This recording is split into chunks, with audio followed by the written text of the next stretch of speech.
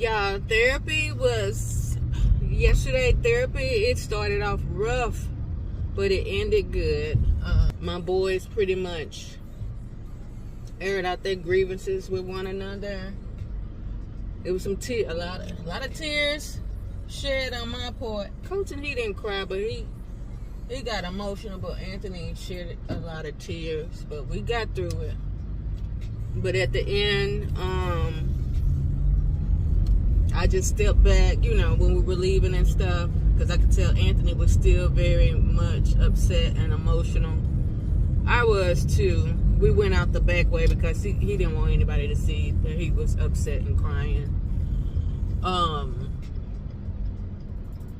But Colton went up to his brother and just grabbed him and hugged him and embraced him and told him that he loved him and everything. And that just did so much for me. And when Colton grabbed his big brother and held him and hugged him, it's like all of the whatever Anthony was holding in, it just came out. He just like let it out and stuff. And Colton was telling me, it's okay, bro. I love you, big brother. And he just let all of the emotions and the pain and the tears and everything out. So it was a good moment. Like I said, because it was rough. Starting off, it was rough because, yeah, they're trying to work on their relationship. They love each other, but they don't necessarily like each other. But they're trying to fix that because there's a big age difference. It's 7 years. They're 7 years apart. And once Anthony graduated, he stayed home for about a year, worked, and then he went straight to the military. So by the time he came back, Colton was grown. He was an adult. So the time had passed by, so they really didn't grow up together per se. They grew up together as little boys, but not as teenagers into adulthood. So Anthony, he just wants, us to be closer. Like I said, we've had our issues too, mom and son.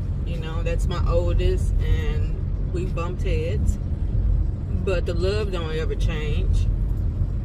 So, there was a lot of things that Colton didn't know because of the age gap or whatever and stuff. So, like I said, we were able to get a lot of stuff out. So, it helped Colton understand his brother a little bit more. And, before he was born, what, some things that he had gone through, just he and I, Anthony and myself.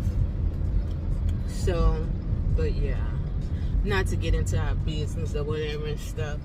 But y'all, as adults, as parents, because the way that I was parented, I parent my boys the same way, which didn't work.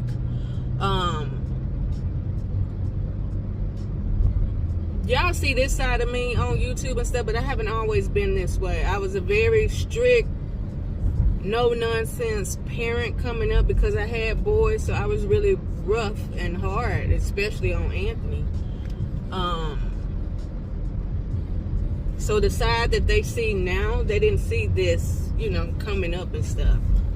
I wasn't, because I was taught not to show emotions and all of that stuff as a child coming up by my aunt that raised me. She was just hardcore. And she didn't show a lot of emotions and things like that. So crying and all that stuff was considered to be weak. Like I said, I was treated like I was a boy coming up. So I was a tomboy and all of that. So, me stepping into my femininity was later on in life because, I was like the big sister. So I had to do a lot of stuff. So I, in turn, treated Anthony that way as well. So you have to, there comes a point in the time, in your life as a parent, now that I'm a parent to grown kids, well, they ain't kids, grown men, you have to sit back and you have to take accountability too. And I have done that. A lot of parents, especially a lot of black parents, they don't sit there and tell their children when they made mistakes and when they were wrong. I'm changing that up. I'm breaking the generational curse with me and my boys and stuff. No, I let them, air out and say what they need to say, long as it's respectful. And I can agree, and I've apologized for some ways that I chose to discipline and stuff were not the best. But I only went by learned behavior, how I was disciplined, how I was raised. But, each generation and stuff should get better. So the book stops here. I mean, I don't, they've been stopped getting ass whoopings and stuff like that from me. But, yeah, I was something else. And I made a lot of mistakes because I didn't know. But yeah, we got a lot of that out. Anthony felt like Colton had it easier than him. But like I was explaining to Anthony, it always seems that way with the siblings afterwards, because pretty much the firstborn is like our test kid. We don't know what works and what don't work. But as you have more children, you figure, okay, well, that didn't work, So he always felt like Colton had it easier, and he did not. And so Colton was explaining to Anthony, man, Mom beat... It's not funny, but the way he says that, man, Mom beat me more and stuff. He was like, you just don't know and stuff. Mom came to the school and did this. I'm like, I did it with Anthony too. But Colton was saying he got more because Colton was like my little problem child. Anthony was my talking child. He always was talking, disrupting class. But Colton was the one that was always fighting all the time. Fight. Because he was angry. And now I understand why he was doing all that fighting, because he was fighting with his brother as a child. So I knew that they fought, but I didn't know the extent of it until counseling yesterday.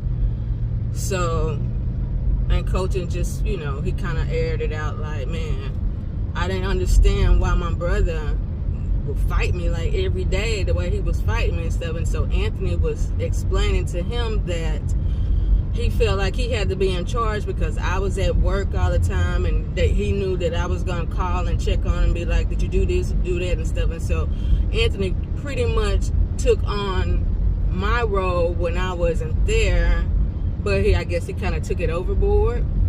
But like I said, I knew they used to fight, but I didn't know the extent until yesterday in therapy.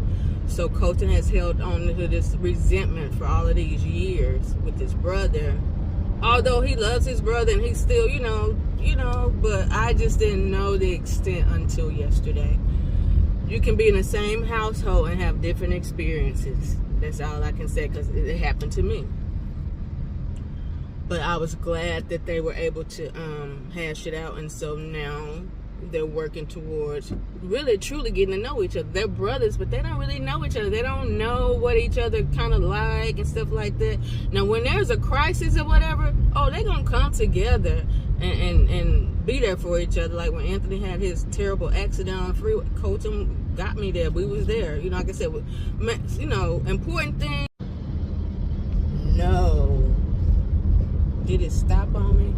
Okay, that means I was supposed to shut up. I was talking too much.